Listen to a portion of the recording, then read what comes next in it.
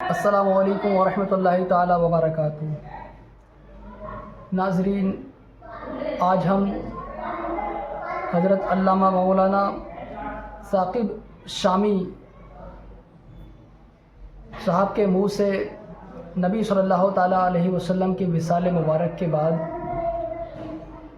حضرت بلال حبشی رضی اللہ تعالیٰ عنہ کی کیا کیفیت رہی، وہ سارا واقعہ ثاقب شامی صاحب کے منہ سے سماعت کریں گے۔ آپ لوگ ویڈیو میں آخر تک بنے رہیں۔ اگر آپ کو ویڈیو اچھی لگے تو ایک لائک اور چینل کو سبسکرائب ضرور کر لیں۔ جب میرے آقا صلی اللہ علیہ وآلہ وسلم کا وصال ہو گیا، جب آقا پردہ فرما چکے، تو بلال حبشی رضی اللہ تعالی عنہ کی کیفیات کیا تھی؟ آپ جانتے ہیں ان کی کیفیات، انگلش میں سنا ہے، آج اردو میں بھی اسی واقعے پر اپنی گفتگو کو ختم کرتا ہوں۔ سیدنا بلال حبشی رضی اللہ تعالی عنہ کو جب میرے آقا صلی اللہ علیہ وآلہ وسلم کی جدائی کا درد اس قدر ہوا کہ جب مدینہ المنورہ کی گلیوں میں چلتے، ہر طرف میرے آقا صلی اللہ علیہ وآلہ وسلم کے چہرے والدہا کو تلاش کرتے تھے، آقا کے حسن کے متلاشی تھے کہ کسی طرح آقا صلی اللہ علیہ وسلم کا حسین چہرہ میری نگاہوں کے سامنے آ جائے۔ اس وقت آپ صلی اللہ علیہ وآلہ وسلم کے بارے میں دیگر صحابہ کرام علیہ رضوان سے بلال حبشی رضی اللہ تعالیٰ عنہ یہ سوال کیا کرتے تھے کہ کیا تم نے میرے محبوب کو کہیں دیکھا ہے؟ کیا تم نے میرے آقا کو کہیں دیکھا ہے؟ آقا صلی اللہ علیہ وسلم پردہ فرما چکے ہیں، میرے آقا صلی اللہ علیہ وسلم اس دنیا سے جا چکے ہیں، اور سیدنا بلال رضی اللہ تعالیٰ عنہ آقا صلی اللہ علیہ وسلم کے بارے میں صحابہ سے پوچھ رہے ہیں، طیبہ کی گلیوں میں سوال کر رہے ہیں، بتاؤ میرا محبوب کہیں دیکھا ہے؟ اور پھر وہ وقت بھی آتا ہے جب بلال حبشی رضی اللہ تعالیٰ عنہ مدینہ المنورہ کو چھوڑ کر ملک شام کے شہر حلب میں تشریف لے جاتے ہیں، کیونکہ طیبہ میں آقا کی یاد آتی ہے، طیبہ کی گلیاں آقا کی یاد دلاتی ہیں بلال حبشی رضی اللہ تعالیٰ عنہ کو۔ بلال حبشی ملک شام کے شہر حلب میں چلے جاتے ہیں، 1 سال حلب میں گزارتے ہیں، اور پھر ایک وقت ایسا آتا ہے قسمت انگڑائی لیتی ہے، مدینے والے کا دیدار کرتے ہیں، آقا خواب میں تشریف لاتے ہیں، خواب میں آ کے آقا بلال حبشی سے فرماتے ہیں، ہے میرے بلال میرے شہر کو کیوں چھوڑ دیا؟ ہے میرے بلال میری یاد نہیں آتی؟ مجھ سے ملنے کا جی نہیں کرتا؟ کیا تم مجھ سے ملنا نہیں چاہتا؟ بلال حبشی رضی اللہ تعالیٰ عنہ رات کے وقت آنکھ کھلتی ہے، بے چین ہو جاتے ہیں، فوراً بلال حبشی اٹھتے ہی اونٹی پر سوار ہو کے مدینہ المنورہ پہنچ جاتے ہیں، مدینہ المنورہ کے در و دیوار کو دیکھتے ہیں، آقا کو تلاش کر رہی ہیں بلال حبشی کی آنکھیں کہ آقا کہاں ہیں؟ خواب میں آ کے آقا نے بلایا تھا، پھر حجروں میں چلے جاتے ہیں، آقا کو تلاش کرتے ہیں، آقا نظر نہیں آ رہے، پھر بلال حبشی فوراً آقا کے قبر انور پر چلے جاتے ہیں، قبر انور پر رو رو کے کہتے ہیں، آقا غلام حاضر ہے، لبیک یا سیدی لبیک یا رسول اللہ۔ آقا دیکھیے آپ کا غلام آ گیا، آپ کا عاشق آ گیا، آپ نے خواب میں آ کے حکم ارشاد فرمایا، بلال آ جا۔ بلال ملک شام کو چھوڑ کے حلب کو چھوڑ کے آقا آپ کی بارگاہ میں حاضر ہو گیا ہے، آقا میں آپ کی بارگاہ میں آیا ہوں اور آپ پردے میں چھپ گئے ہیں، یا رسول اللہ صلی اللہ علیہ وسلم جلوہ دکھا دیجئے۔ اس کے فوراً بعد ایک کیفیت طاری ہوتی ہے، ایسی وجدانی کیفیت طاری ہوتی ہے کہ بلال حبشی بے ہوش ہو کر گر پڑتے ہیں۔ بہت دیر کے بعد صحابہ کرام علیہم رضوان بلال حبشی کو اٹھا کر باہر لے جاتے ہیں، جب باہر لے جاتے ہیں بلال حبشی آنکھ کھولتے ہیں، اس وقت مدینہ المنورہ کی گلیوں میں ہر طرف شورا ہے، ہر طرف ایک ہی شور ہے، سنا ہے بلال حبشی لوٹ کے آ گئے ہیں، سنا ہے آقا کا غلام لوٹ کے آ گیا ہے۔ چشمے تصور سے تخیل باندھیے ان گھڑیوں کا کہ جب مدینے کے باسیوں نے بلال حبشی کی اذانیں سنی تھی، آقا کی موجودگی میں سنی تھی، ہر طرف ایک ہی چرچا ہے، بلال حبشی آ گئے ہیں۔ اب لوگ چاہتے ہیں بلال حبشی کی زیارت کریں کہ آقا کے جانے کے بعد، آقا کے پردہ فرمانے کے بعد، آقا کی جدائی کے بعد بلال حبشی کو کسی نے دیکھا نہیں تھا، 1 سال کے بعد بلال حبشی واپس آئے، اب ہر شخص آتا ہے مسجد نبوی شریف میں بلال حبشی کا دیدار کرتا ہے، اور پھر صحابہ عرض کرتے ہیں، ہے بلال ذرا اپنی آواز تو سنا دیں۔ میرے بھائیو، جب انسان کو کسی سے پیار ہوتا ہے،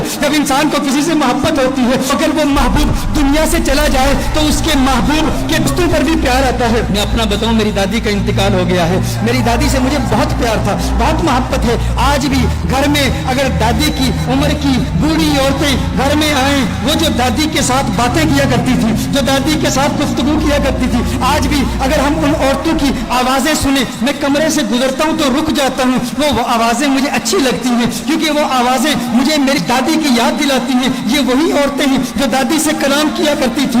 دادی جن کمروں سے گزرتی تھی ان کمروں کو دیکھتا ہوں تو دادی کی یاد آتی ہے. اسی طرح جس سے انسان کو محبت ہوتی ہے تو محبوب کے دوستوں سے بھی پیار ہوتا ہے, ان کی آوازوں سے بھی پیار ہوتا ہے. وہ لمحے یاد آتے ہیں, وہ گھڑیاں یاد آتی ہیں, وہ ساتیں یاد آتی ہیں. صحابہ بلال حبشی کے پاس آئے. بلال حبشی سے کہتے ہیں اے بلال حبشی آج وہ اذان تو سنا دے جو آقا کے دور میں سنایا کرتا تھا. اے بلال آج وہ اذان سنا دے. بلال حبشی کہتے ہیں اے صحابہ میرے بس کی بات نہیں ہے, مجھ کو معاف کر دو, کیونکہ جب وہ اذان سناتا تھا تب اشہد ان محمد رسول اللہ صلی اللہ علیہ وسلم پڑھتا تھا, چہرہ والضحیٰ میری نگاہوں کے سامنے ہوتا تھا.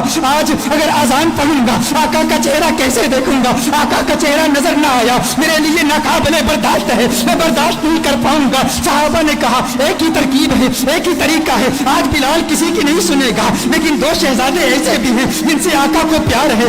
آقا نے فرمایا جس نے ان سے پیار کیا اس نے مجھ سے محبت کی. جو ان کا دشمن وہ میرا دشمن. وہ کون ہے؟ وہ نواسے ہیں محمد عربی کے, وہ آقا کے نواسے ہیں. کہا اے بلال حبشی آج ہماری نہیں سنتے, ان شہزادوں کی تو سن لو. صحابہ حسنین کریمین کے گھر جاتے ہیں, حسنین کریمین کو بلا کے لاتے ہیں. امام حسین ہیں, بلال حبشی ہیں. امام حسین بلال حبشی کا ہاتھ پکڑتے ہیں. اے بلال دیکھ آقا کا نواسا آیا ہے. اے بلال ایک مرتبہ وہ اذان سنا دے, مجھے میرے نانا کی یاد ستا رہی ہے. بلال حبشی امام حسین کو اٹھا کے اپنی گود میں رکھ لیتے ہیں اور کہتے ہیں ہے میرے آقا کے شہزادوں, میں تمہاری بات کیسے ٹال سکتا ہوں, تمہاری بات کیسے رد کر سکتا ہوں. میں سناؤں گا اذان, بتاؤ کہاں سناؤں. امام حسین بلال حبشی کے ہاتھ کو پکڑ کے فوراً مسجد میں لے جاتے ہیں. کہا اس مسجد کی چھت پہ کھڑے ہو کے اذان سناؤ. اب بلال حبشی اذان پڑھتے ہیں. طیبہ کی گلیوں میں بلال حبشی کی وہ آواز گونجتی ہے اللہ اکبر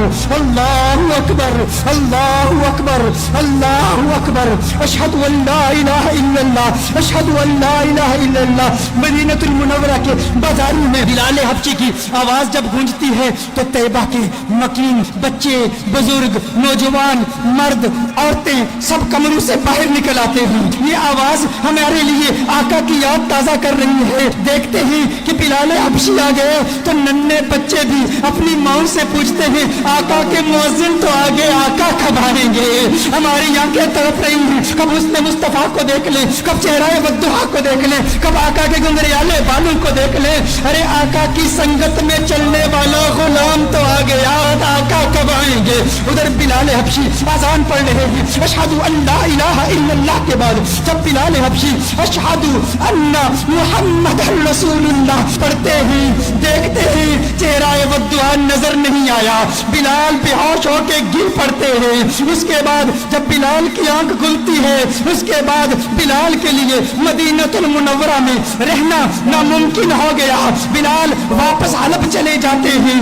یہ انداز ہے میرے آقا کے عاشقوں کے. ہم ہمیشہ کہا کرتے ہیں کیا وجہ ہے کہ یہ انداز ہماری نوجوان نسل کے دلوں میں ابھی تک منتقل نہیں ہوا. ہمارا بچہ کرکٹرز کے نام جانتا ہے, ہمارا بچہ فٹ بالرز کے نام جانتا ہے, ہمارا بچہ باکسرز کے نام جانتا ہے, ہمارا بچہ ریسلرز کے نام جانتا ہے, ہمارا بچہ دنیا کی سیلیبریٹیز کے نام جانتا ہے, ہمارا بچہ کارٹون کے کیریکٹرز کے نام جانتا ہے, ہمارا بچہ بالی ووڈ سٹارز کے نام جانتا ہے. لیکن ہمارا بچہ آقا کی نگاہوں کے اسٹار بلال حبشی کا نام کیوں نہیں جانتا؟ یہ ہم پر فرض ہے. اگر عشق مصطفیٰ کی محفل سجائی ہے تو آج ارادہ کر لیں ہر روز رات سونے سے پہلے ہم بلال حبشی کے واقعات اپنے بچوں کو سنائیں گے. ہم حضرت ابو بکر کی قربانیاں اپنے بچوں کو سنائیں گے, مولا علی کی شجاعت کے واقعات اپنے بچوں کو سنائیں گے اور انہیں بتائیں گے کہ اس دنیا میں اگر عزت کے ساتھ رہنا ہے تو آقا کا عشق اپنے دل میں سنبھال لو کہ یہ وہ عشق ہے جو انسان کے دل میں اگر سما جائے تو انسان اس دنیا میں بھی کامیاب ہے اور اس دنیا میں بھی کامیاب ہے. ماشاء اللہ سبحان اللہ. سنا دوستو آپ نے کتنا بہترین واقعہ. اللہ تعالی ہم سب کو دین کی سمجھ اور دین پر چلنے کی توفیق عطا فرمائے. اگر آپ کو ویڈیو اچھی لگی ہو تو ویڈیو کو لائک اور ہمارے چینل کو سبسکرائب کر لیں. خدا حافظ.